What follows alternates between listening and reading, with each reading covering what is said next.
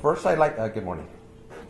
First, I'd like to thank J.P. Bryan, a billionaire oil man outside of Houston, for having a clear understanding of the intrinsic and irreplaceable value of El Paso's architectural and cultural heritage that most of our city leaders, past and present, seem to lack, and for putting his money and expertise into supporting the effort to save our oldest living neighborhood and its treasures.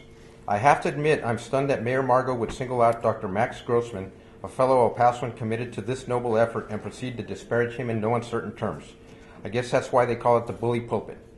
For our mayor to publicly accuse Dr. Grossman as responsible for this financial mess that the arena is costing taxpayers is disingenuous and careless.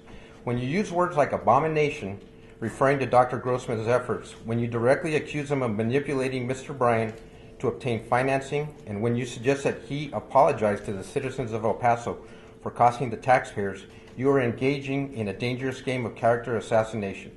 You are using your position of power to create hostility towards the citizen that you serve.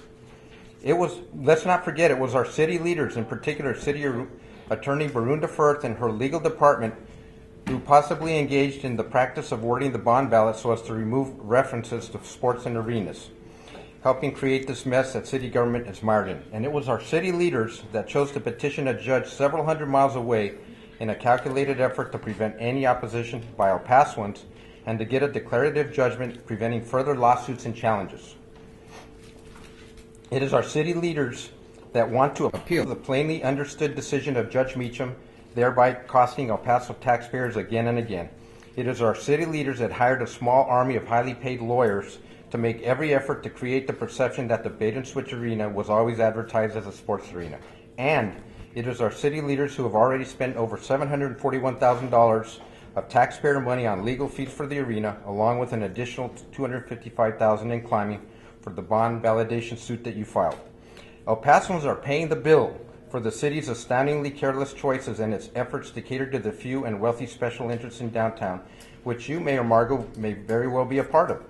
Mayor Margo, don't complain about Mr. Bryan helping meagerly funded local citizens and organizations fighting this battle for our neighbors in history when your campaign for mayor was subsidized in part by wealthy outsiders and Republican lawmakers who would like nothing more than to turn El Paso red in a bid to politically control this part of Texas. That sounds to me like outsiders with political agendas trying to influence outcomes in our city. Now that it has been judicially determined that city government engaged in deceptive practices to fool El Pasoans into believing we are voting for one thing when it was actually something else, let's drop some new choices and let our citizens decide once and for all the fate of the arena. Given the choice to drop the arena altogether in favor of better options, I think most El Pasoans will go with the options. Thank you for your time. Thank you. The next speaker is Mr. Lee. Appreciate you reminding me. Preservation of open space.